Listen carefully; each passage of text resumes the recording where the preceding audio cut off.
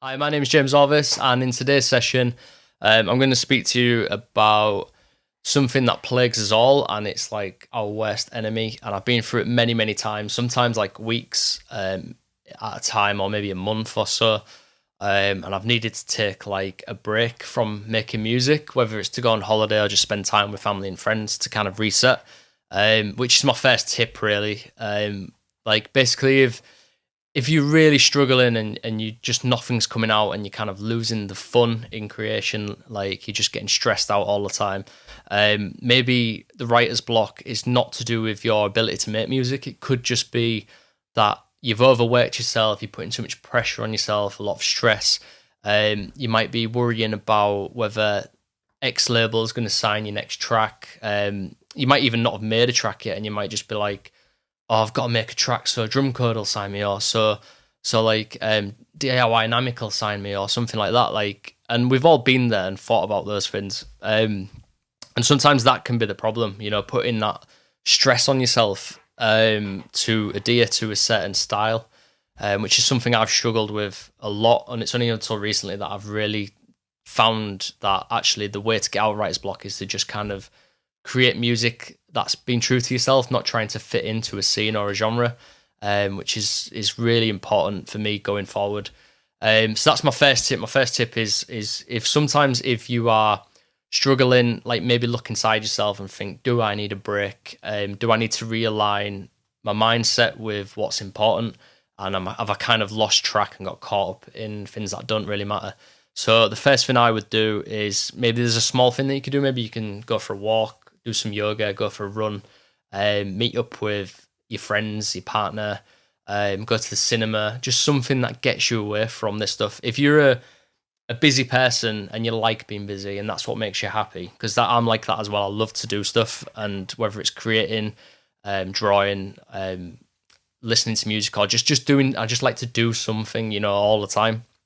So you can carry on doing something. You can find a new hobby and go and do that, just to take you away from the studio just for a little bit. Just go and do something else.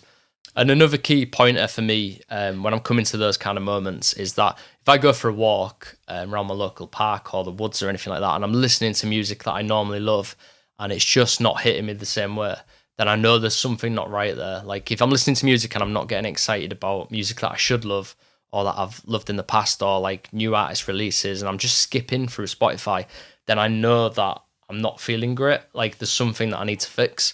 So that's a good pointer. And just while we're talking about this stuff, there's another thing as well. Like, there's an analogy that stuck with me for ages. And I was reading this book on self-help and development and creative work, and it was saying, I can't remember, something about when you come to start a new project, whether it's like a piece of music or a piece of artwork, a lot of the times what we do by mistake is to just try and go and make a full track straight away. And it's not about that. Like, what you should do is find the pieces that make up that track. So the analogy was, like, if you was going to make a sculpture out of reclaimed wood off a beach and like shells and things like that, maybe you just based it on beach stuff. You wouldn't just start. You'd have to get a bucket and you'd have to go and find the materials.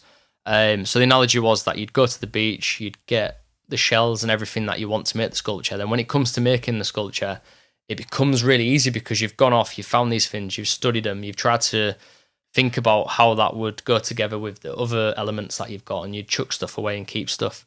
And that's really stuck with me because it's something I try to employ in music production.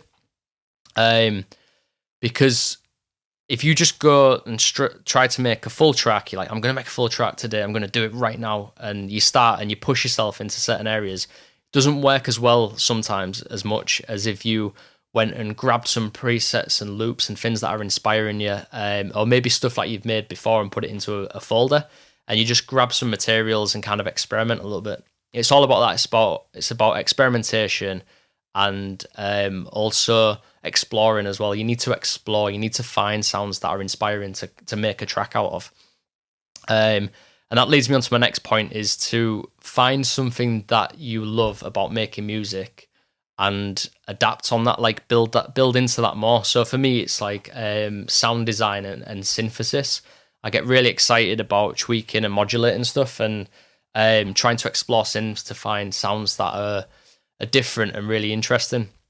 So for me, that would mean that I might start a track with a synth. Like I might even just pull up a preset and then I would explore that preset and try and make it into something new and get to a point with it where it's so inspiring that I'll start to add the drums and everything on top. And my final point, which leads off from that, is don't be afraid to use presets. Don't be afraid to go into loop packs and use MIDI packs. There is absolutely no shame in it at all. And if you're someone who's struggling with writer's block, then why not use these things? Like using those things could mean that you have a track that's absolutely amazing, rather than just sat trying to build a drum beat out of a drum machine that you've bought, which is all well and good. And like I have so much fun doing stuff like that. But sometimes to get an idea flowing, to be inspired, you might have to go digging into a loop pack, you know, and find something that really inspires you. And you don't have to use it as it is. You could just use the tone of it and the sounds and mess around with it, put it in different orders and things like that. And we've done videos on that before if you want to go back and look at them. Like creating something unique out of loops. I think I did that in one of the other videos, which is a really, really good tip. So let's move on into like the practical side of this video. I've done enough talking on that now. So the practical side is I'm going to show you a technique that I love to use. So something that I try and do every morning is, and I've been on and off with this, like sometimes I'm so busy that I don't do it, which is to create a track a day. And it's been proven by a lot of people that doing this method helps you build up a really good workflow, really inspiring workflow, and it takes off the pressure as well. Because if you write in a track every morning, then you might get to the end of the week and you've got seven track ideas. You might only just pick one. The rest might be rubbish, or they might all be good. And there might even be music where you've listened to it on the day of making it and thought, what am I doing? This sounds awful. But you get to the end of the week and you listen to it with fresh ears and it sounds like someone else has made it, and it's really cool thing to do. So this is a technique that I use to do that, really, to quickly be inspired in the morning. If I've only got 2 or 3 hours, then this technique, this workflow, helps me to come up with something really, really fast that's inspiring that I can adapt on. So yeah, let's get stuck in. So the first thing we're going to do is look at because I like playing around with synthesis, we're going to look at the hook creation. So finding a musical piece to start with rather than starting with the drums, then we'll go on to the drums after.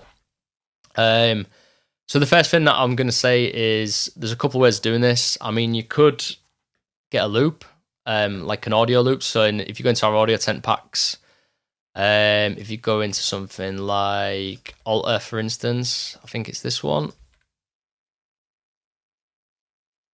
You've got sequences in here.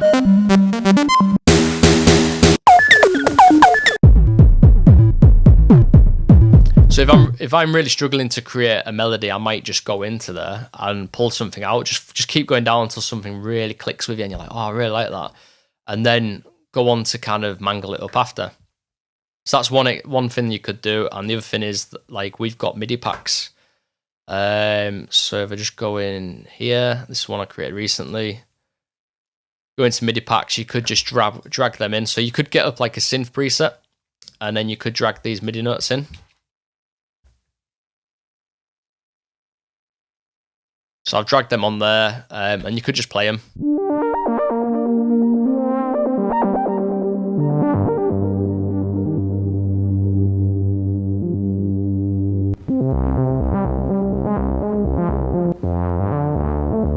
So I could find something in there that's inspiring. So maybe I just want to get rid of all of this stuff, all of that stuff, and you're left with this. I might want to get rid of that. And I might just say to myself, well, actually, I just like this bit. And you could just draw in a different pattern. So I could just draw in like something like that, bring that out, and already I've got something that's uniquely my own. Do you know what I mean? Like, you could do that. You could take something that someone else has made, like with these, and just make it your own. And that combined with the presets, even though you're using presets, you're still coming up with something unique because you're matching certain things together that someone hasn't done before, if you know what I mean. So this brings me on to my first one. So they're the easy ways to do it. Like, if you're really struggling, that is the easiest way to kind of get started. But I do like to start with making my own melodies and stuff like that. because I enjoy doing it. So what I'm going to do first is I'm going to show you a little technique that I've seen on the web, and my friend told me about it first, and then I've noticed a lot of people are covering this now in tutorial videos and stuff. And I've adopted it recently and started using it a lot, especially in the sonor days. So basically, if you know your scales, just pop a scale in, or if you don't, then look up a scale, or you can copy this one off me now if you screenshot it. So what I'm doing is just putting in a C minor scale, or near enough. These are notes that I like to use in the C minor scale. So I'm going to use 2 octaves here. Let me just check that. C, D, D sharp, F, G, G sharp, A sharp. Yep, so I've got that twice. And then what you're going to do is highlight them all, press left on the keyboard, and I've put them over to the left so they're inaudible. And then what you do then is press fold. Now this is just brilliant because like if you're really, really struggling to write music, sometimes you just need happy accidents, which is exactly what this is. So we've done that, and what that means is any note we press in here is going to be in scale, in key. So if I start to just put in, I mean, you can put stuff in mindfully, so you can listen to it and put in a note and then try and find the next note, or you could just go a bit crazy and go, right, there, I'll put one there. You get the point, you just pop them anywhere. You can just pop them in like that. Not the best, but then what you can do then is start to nudge these around a little bit while it's playing.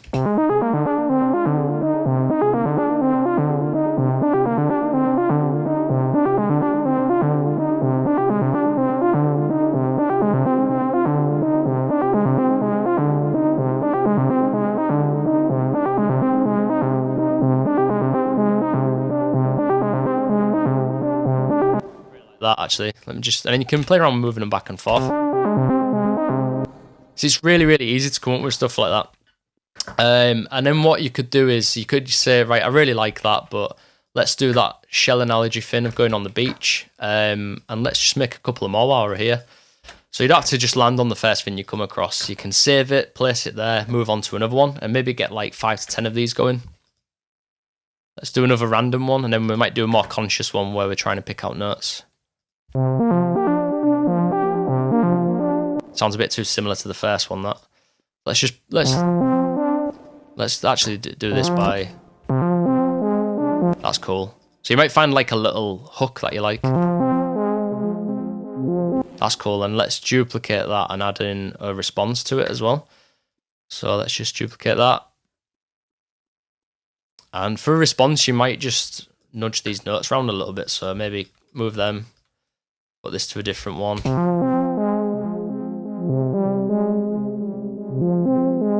That's really cool, I like that.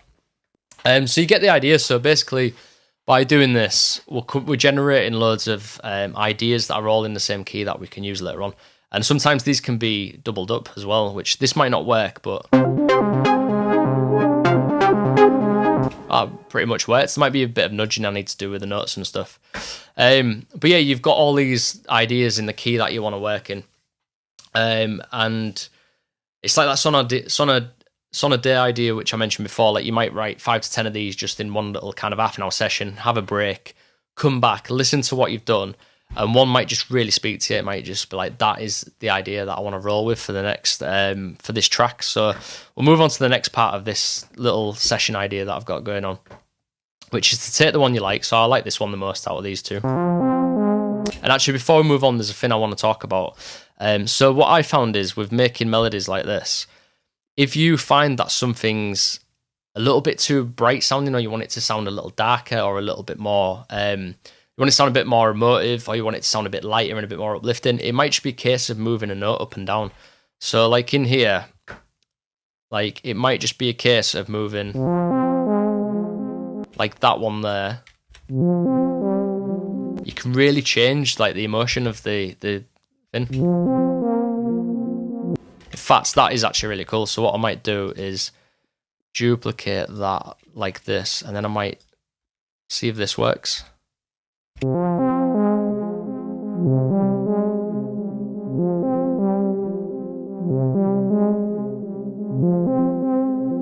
That one's run.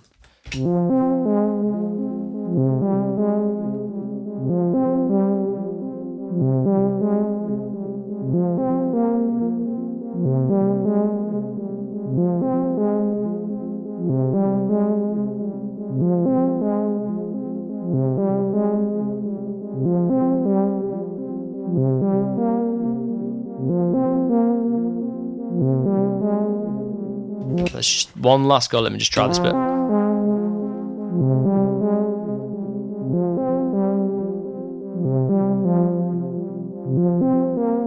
We'll leave it there for now.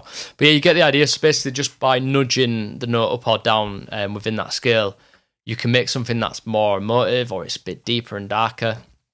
And by using that scale technique that I showed you, it just makes that really, really easy to do. So let's move on to this next bit. So the next bit, after we've made the melody, is we've made the hook basically for the track that I want to go ahead with. Next, we need to find a sound. Even though that sound works really well, I'm just, for this demonstration, going to flick through the presets. So I'm using like the Audiotent presets here, the leads.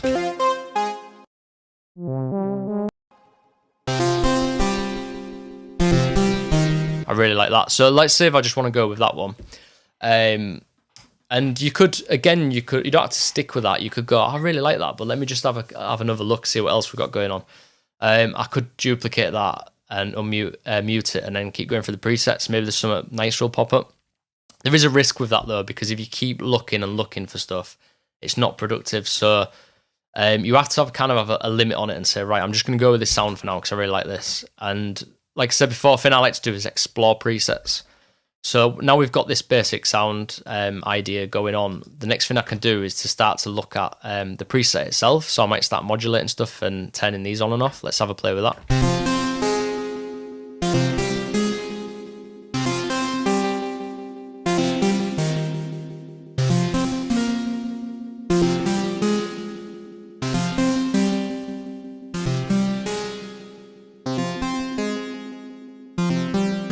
Right, we'll take the noise off, kind of like it without the noise.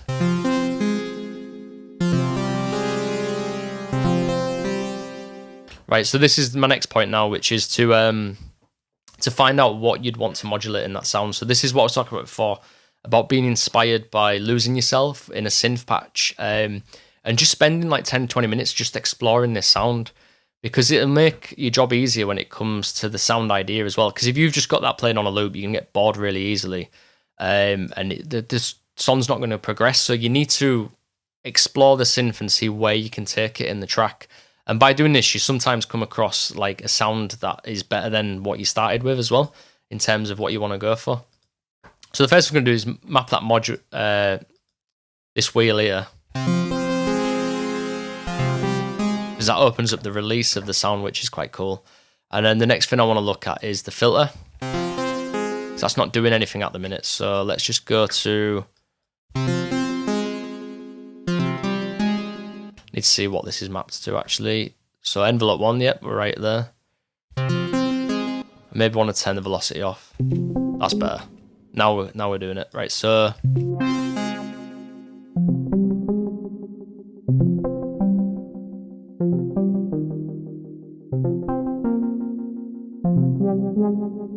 That's good. So like we'll definitely bring the attack in. So we'll have that on here as well. Let me just do this. I think I pressed the wrong one there. So attack. Yeah, we've got that. Also, I might want to play around with the filter itself. And let me just map these.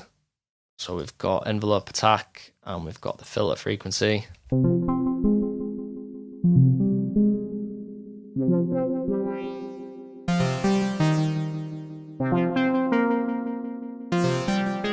That's cool. So you can see already we've used the preset, which a lot of people might shame you about, but that's original now. Like we've started off with a preset for a basic idea to get us somewhere quickly rather than just messing with an oscillator. And lastly, I would go, if it was on my own and I wasn't filming this tutorial, I'd go a bit deeper and start playing around with other bits as well. But just to keep it simple, the last thing I'm going to do is add some effect type stuff in there. So I might want to do the dry and wet on both the delay and the reverb. And we might want to open up the feedback and not the feedback, sorry, because that's the reverb, not the delay. Let me just get rid of that. I might want to open up the decay time a bit more, and we might want to bring up the feedback of this. Right, so quite a few things to map there. So the first one is dry and wet. I'm going to bring dry and wet on the same one. So let's just put wet there.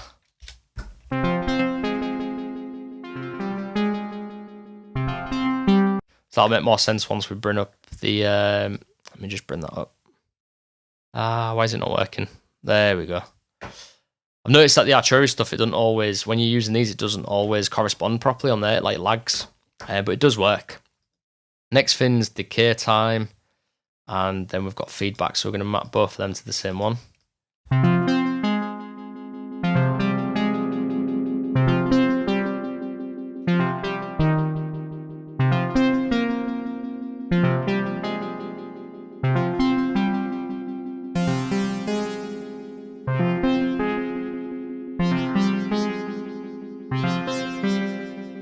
Right, so we've done that. So we've mapped out some things which we'd like to play around with while the track's playing, and then you could go ahead and map them to a MIDI controller. It's all about having fun as well. So by mapping that to a MIDI controller, like maybe this MIDI fighter, and by doing that, I'm turning this project into an instrument which I can have fun with and play with. And that's the idea, because you don't want to get lost in just clicking stuff. Like, you want it to be fun. You want to play around with the live set.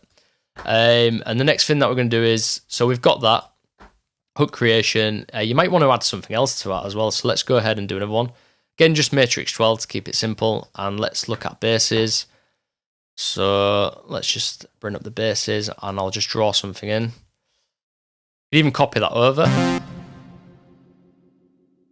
And you could just, maybe I'll nudge these up by 2. In fact, let's do a shorter kind of rhythmic type thing with this.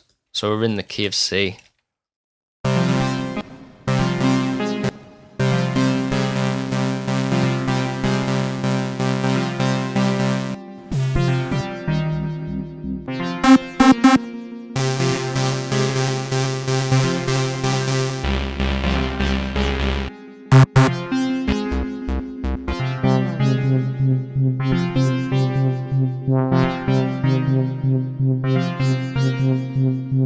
Right, that'll do for now. We'll leave that there, because normally, again, I would do control those things, but we're going to leave it there for now.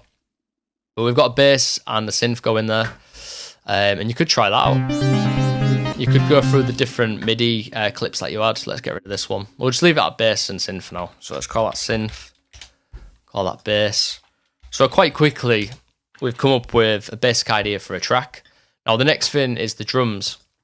So there's a few options for drums, really. I mean, like, the quickest way to get a drum beat down, instead of programming drums, if you just, like I said, this is all about if you've got writer's block and you're trying to just flesh stuff out really quickly, you can just go in and bring up some loops, basically. So we go to, like, maybe the surface pack, and we've got drum loops in here. So these are quite cool. So these are like construction type kits, where you've got full drum loop, or you can dissect them.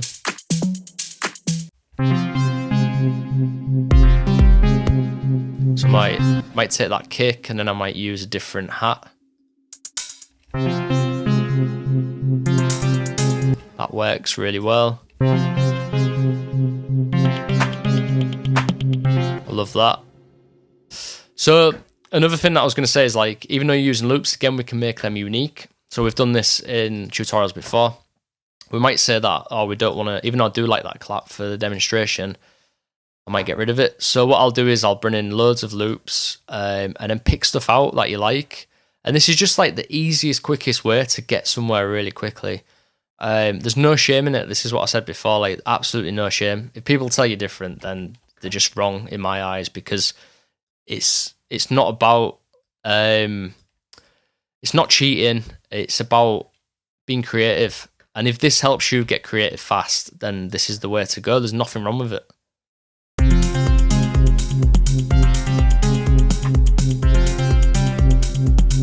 So we're starting to build something up now. And then there's another thing I want to show you. So that's like one way of doing drums really, really quickly. But again, if you're not into just using loops outright like that, and you're kind of against it, and you want something that's like even more uniquely your own, like, but you're just struggling to create a drum beat, then there's another little trick that I like to use. So recently I got this program called Atlas. Again, we're going into cheaty territory. You might think it's cheaty, but I think this is just brilliant. So basically what this is if you haven't seen it already, is it maps out all of your samples. So you can see I've got this Audiotent one here. I click on that, all my Audiotent samples, like drum hits and stuff like that, and now in this kind of island view. So if I flick through it,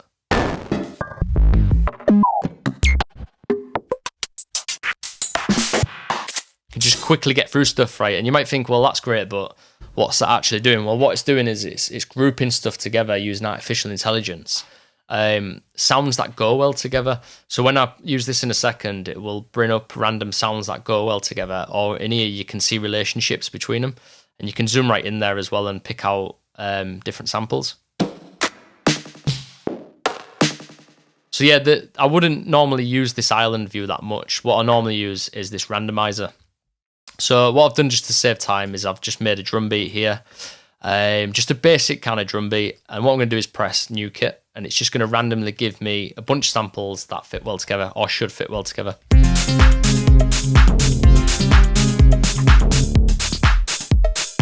And what you can do is you can keep flicking through.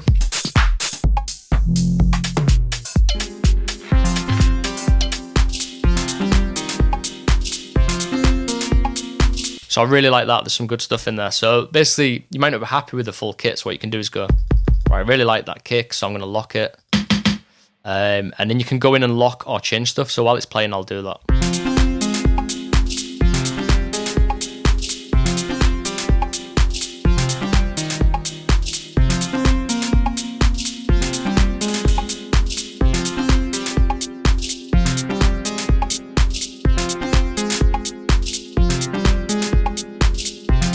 So I've decided I like those these samples here, and then if I press new kit now, it locks them.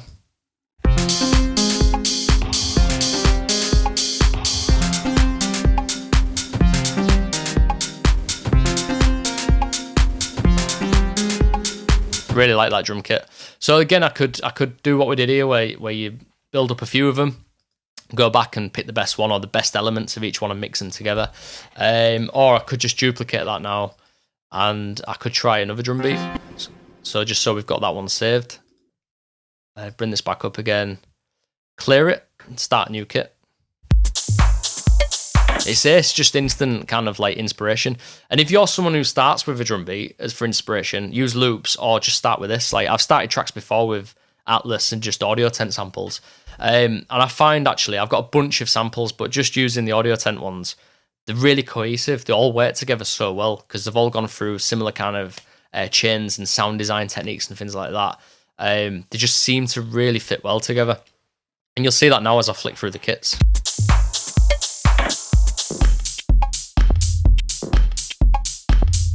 That's lovely. That's like a lot of, I've noticed that these, there's a lot of like Robag Room style percussive hits in here, and I love that. Like I keep finding stuff recently that's like that.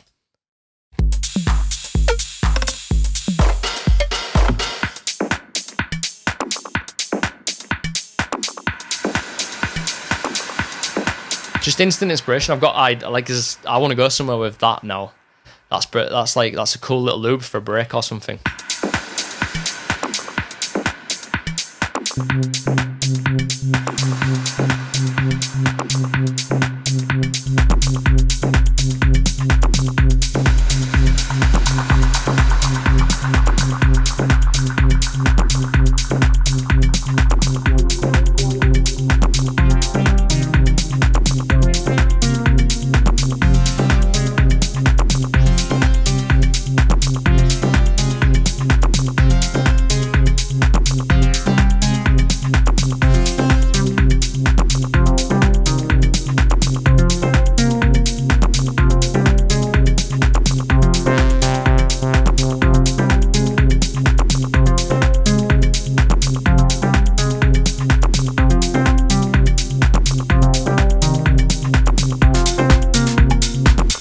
Yeah, you get the idea. Like, I mean, it's took me longer than normal because I've been speaking to you guys about it, but just the quickness of it, how fast I can come up with something is just great. And just to kind of like prove a point, I'm going to do it again. Like, let's see how fast I can get from A to B with a whole bunch of new like loops and stuff like that. So let's just, I'll tell you what we'll do. I'll switch these off. I'm going to duplicate this. And I'm going to turn them ones off and delete all these. And we're just going to do it again, but I'll just see how quickly I can get the, so let's just start with a random preset.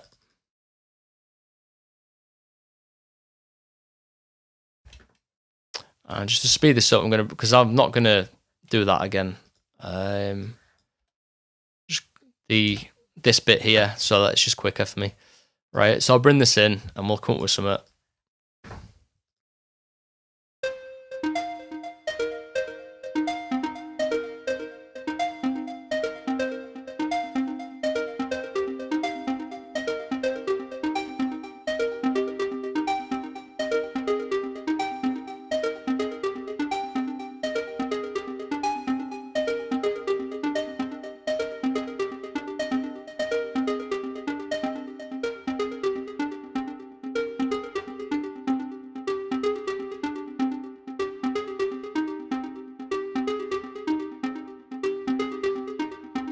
Right, I like that. And then let's bring in the bass line. I'll change the presets in a second. So obviously we just want the C, don't we? Let's just go for that.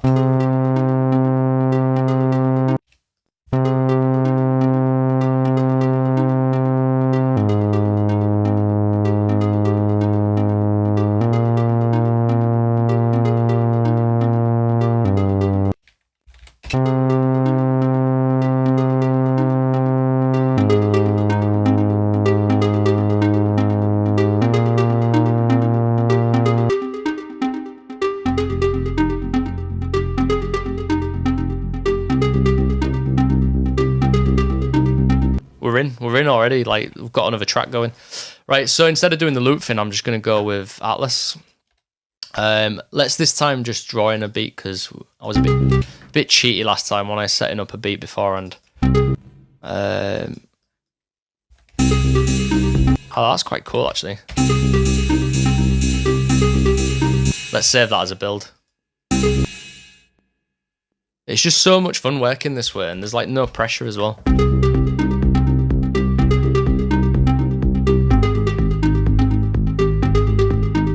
So what I want to do first actually is, I'm probably going to end up keeping this and writing some out of it after. Let me just switch this on.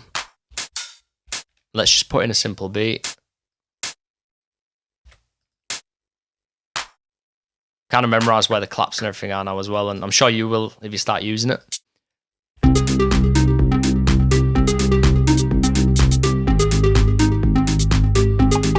And with the percussion and the other elements, a little cool tip is that if you just pop them like in between these notes,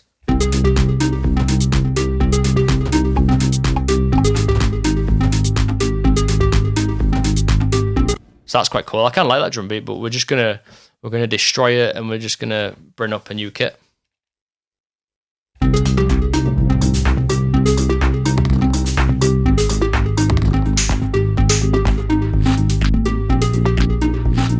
I really like that little clap sound, so that's cool. So let's lock that one in. That's cool.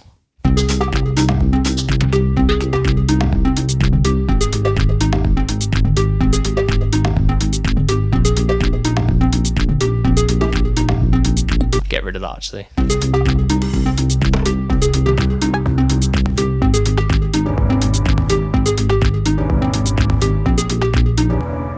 That's cool. So it's just basically going through, it's like looking through loops really. Like you're going through and you're just picking out stuff that goes, that really just stands out and fits with what you're writing.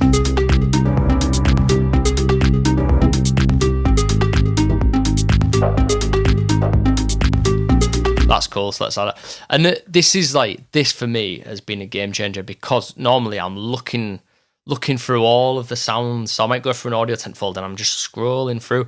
This is like, it puts it all into categories for me. I know exactly what I'm changing. So when I'm looking for a clap, I'm just skipping through, and it's finding stuff that goes well. It's in key, like the kicks are all in key, or it goes well with what I'm trying to write. That's cool, I like that as it is. So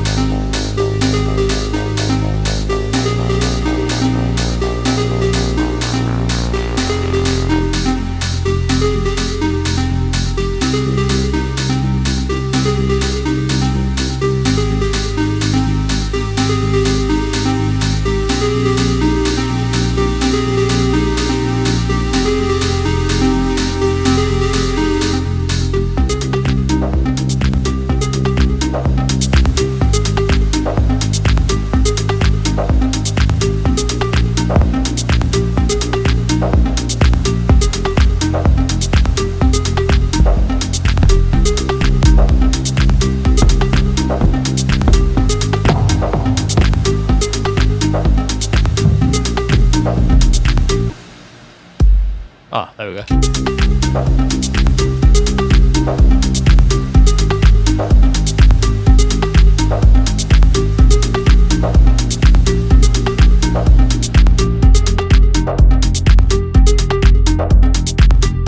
Maybe we'll add a bit of swing on there as well.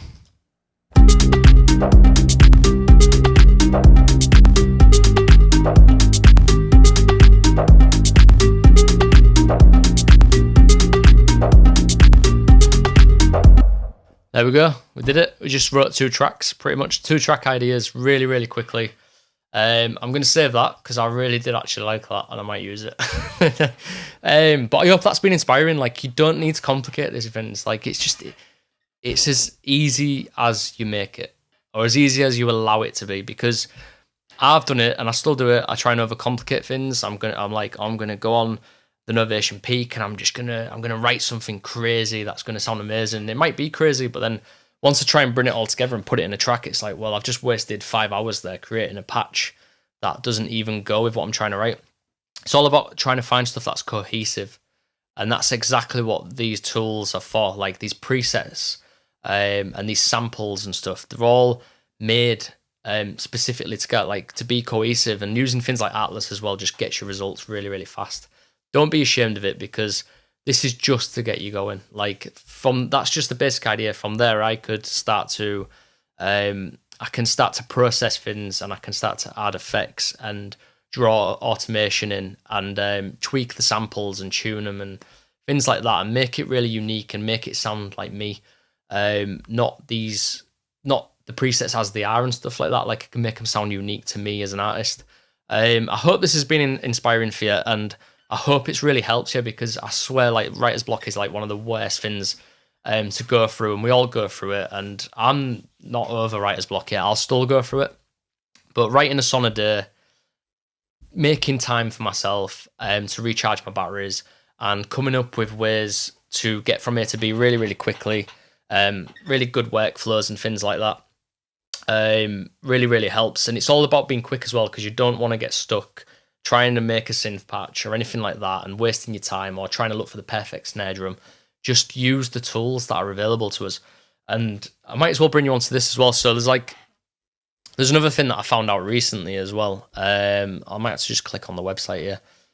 So this is free. It's called Enhancement Suite. Go and look that up, enhancementsuite.me. And I've not used it in any tutorials yet, but I'll let you know about it now. So I found this over the Christmas period because I was trying to sort my workflow out into a way that would be more beneficial and quicker, and have like presets ready and things like that. And this was one of them. So basically, I've got that set up on my toolbar and it works with Ableton. And what it means is if I double click now, it brings up this menu here. So I've set this up myself. It's really easy programming to do. If you're interested, let us know in the comments below, and I'll do a tutorial on it if it works out in our schedule. So basically, what I've done is I've set this up. I better not do it on there because I'm going to erase all that goodness that I just did.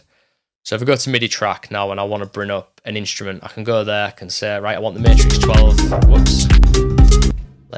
I'll press space by accident. So I press Matrix 12. Use the search function in Ableton to do it. So I brought up Matrix 12. Next, I'll go, right, I want to add an EQ. I've just dropped in my EQ. I want to add a reverb, maybe lustrous plates. Look how quick this is, man. Like, because normally I'm like, that didn't work. I need to fix some of these, actually. So I've just been experimenting with it. But yeah, Springbox, maybe I want to add some saturation. But yeah, look how quick this is. And like, normally you'd have to go through your menus and dive in and things like that to find stuff. So you can see I've got drum rack and simpler set up, and I've got everything into groups as well. These are all normally in different folders or in my collections folder, but it's so much easier. You don't have to go up here every time and open this up. It's all here. And there's another bunch of other cool features as well that you can do in Ableton, but that's been a game changer for me. And this month I've been all about workflow, and maybe we can do some videos on that if you're interested. Let us know in the comments below, and I'll show you some tips and tricks of how to get speedier and faster, which all feeds back into what we've just been talking about as well. Any questions or anything like that, let me know in the comments below. If you've got any ideas that you do, for similar results, let me know them, because I'm eager to just know more. I want to know all the tools, all the good tools that are going to help me create music better and faster. Thank you very much for watching, and I'll catch you next time.